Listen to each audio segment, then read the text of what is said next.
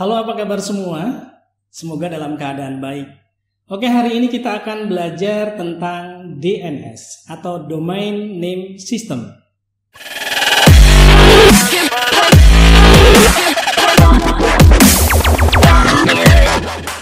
Pembahasan kita kali ini adalah tentang apa itu DNS dan bagaimana cara kerjanya. Sebelum saya lanjutkan, kira-kira ada yang tahu apa itu DNS? Baik, menurut Wikipedia, DNS atau dalam bahasa Indonesianya Sistem Penamaan Domain adalah sebuah sistem yang menyimpan informasi tentang host dan nama domain dalam bentuk basis data tersebar di dalam jaringan komputer.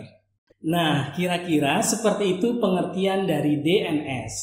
Baik, setelah kita mengetahui apa itu DNS, saatnya kita akan belajar bagaimana cara kerja DNS. Namun sebelumnya kita pelajari dulu konsep dari DNS.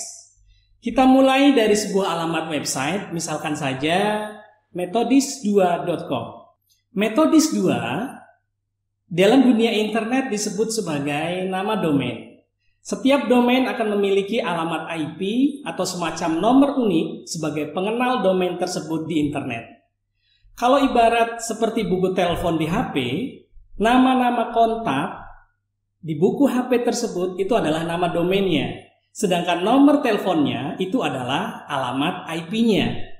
Tetapi hal penting yang perlu diingat adalah setiap domain hanya dimiliki oleh satu pemilik saja. Jadi sama seperti konsep buku telepon, ketika kita mengetikkan alamat www.methodist2.com, di belakang layar sebenarnya kita mengakses alamat IP dari domain tersebut. Sebagai contoh, saya akan buktikan kita bisa membuka alamat website dengan menggunakan alamat IP-nya. Saya akan membuka ipsaya.com. Selanjutnya kita akan melihat alamat IP dari sebuah website, misalkan facebook.com. Caranya klik cek IP hosting lokasi, kemudian kita masukkan nama websitenya, kemudian cek lokasi.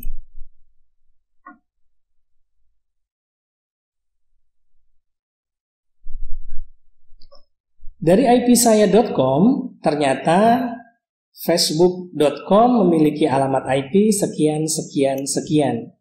Sekarang kita akan coba membuka Facebook dengan cara mengetikkan alamat IP-nya atau menggunakan alamat IP-nya. Saya copy, terus kemudian saya pastekan, selanjutnya saya enter.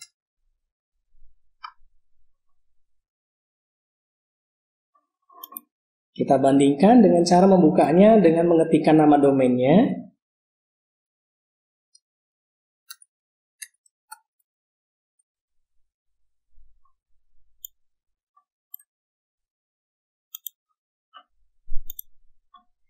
Iya, ternyata hasilnya sama.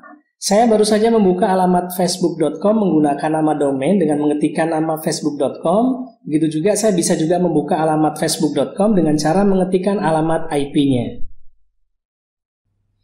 Kita baru saja membuktikan bahwa untuk membuka sebuah website, selain mengetikkan nama domainnya, ternyata kita bisa membukanya dengan mengetikkan alamat IP-nya. Pertanyaannya adalah, mengapa hal ini bisa dilakukan? Jawabannya, karena ada sistem yang bertugas menerjemahkan nama domain ke alamat IP dan sebaliknya, dari alamat IP ke nama domain. Sistem inilah yang disebut dengan DNS. Oke, setelah mengetahui konsep DNS, sekarang kita akan belajar tentang bagaimana cara kerja DNS.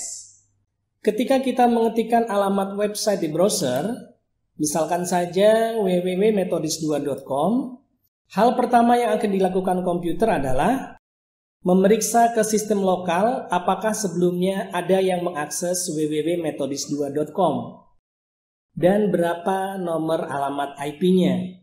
Lokasi pertama yang akan dicek adalah di cache memori komputer, dan lokasi yang kedua adalah di file host yang tersimpan di lokal komputer. Jika ditemukan, proses pencarian selesai dan halaman website akan ditampilkan. Tetapi jika kedua lokasi ini tidak ditemukan, pencarian akan dilakukan ke local DNS server, yaitu sebuah mesin atau layanan DNS, dalam hal ini provider atau ISP, tempat kita mendapatkan akses internet. Kira-kira dialognya, "Hai DNS server, berapa nomor IP dari methodist2.com?" Prosesnya akan sama. Jika ditemukan, pencarian akan selesai, namun jika tidak, dia akan memberikan jawaban kira-kira, "Maaf, nomor IP untuk domain methodist2.com saya tidak punya. Tetapi akan saya carikan karena ini tugas saya." Pertanyaannya adalah, di mana lokal DNS server akan mencarikan untuk kita? Untuk menjawab pertanyaan ini, perhatikan nama domain methodist2.com. Setidaknya akan ada 3 bagian utama. Yang pertama adalah titik, kedua com, dan ketiga methodist2. Apa arti dari ketiga bagian tersebut? Ternyata ini menunjukkan hierarki atau bagan struktur sebuah domain. Bagian pertama disebut sebagai root level domain yang diwakili oleh simbol titik. Kemudian yang kedua adalah top level domain. Top level domain ini dibagi 2. Yang pertama adalah generic top level domain yang merupakan jenis TLD yang bersifat umum. Contohnya com, net, gov, org, dan edu. Kemudian yang kedua adalah country code TLD. Digunakan untuk mewakili domain suatu negara, seperti misalkan ID untuk Indonesia, US untuk Amerika, SG untuk Singapura, dan MY untuk Malaysia. Selanjutnya bagian ketiga adalah second level domain. Biasanya mereferensikan identitas sebuah perusahaan atau organisasi pemilik domain tersebut. Contohnya Methodist2, Facebook, Google, Detik, dan lain-lain. Bagian keempat adalah third level domain yang berada di sebelah kiri nama domain, sehingga sering disebut juga sebagai subdomain. Contoh, info methodist2.com. Maka third level domainnya adalah kata info. Dari penjelasan tadi kita dapat tarik kesimpulan bahwa DNS memiliki hierarki atau struktur penamaan, mulai dari root level domain, kemudian top level domain, lalu second level domain, dan yang terakhir adalah third level domain atau disebut juga subdomain. Oke, kembali ke permasalahan awal. Ketika domain dengan nama methodist2.com tidak ditemukan alamat IP-nya di server lokal, maka server lokal akan meneruskan ke root zone server yang menyimpan informasi DNS pengelola domain TLD di seluruh dunia. Dari root zone server, penelusuran dilanjutkan ke pengelola TLD, lalu ke second level domain yang akhirnya memberikan alamat IP situs web ke komputer pengguna.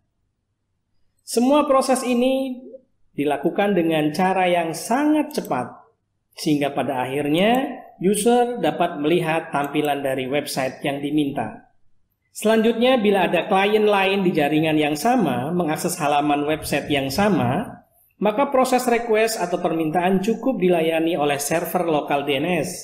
Karena informasi tentang website yang diminta telah disimpan di dalam cache memory dari pencarian sebelumnya. Nah, sampai di sini paham kan apa itu DNS dan bagaimana cara kerjanya? DNS mempermudah kita mengakses alamat website tanpa harus mengetikkan kumpulan alamat IP. Karena kecenderungan kita manusia, itu akan lebih mudah mengingat kata-kata ketimbang angka-angka. Oke, sampai di sini pembahasan kita tentang apa itu DNS dan bagaimana cara kerjanya. Teruslah belajar dan berlatih, dan jangan lupa jaga kesehatan dengan selalu cuci tangan, menggunakan masker, istirahat yang cukup, dan jangan keluar rumah kecuali dalam urusan penting. Semoga video ini bermanfaat. Sampai jumpa.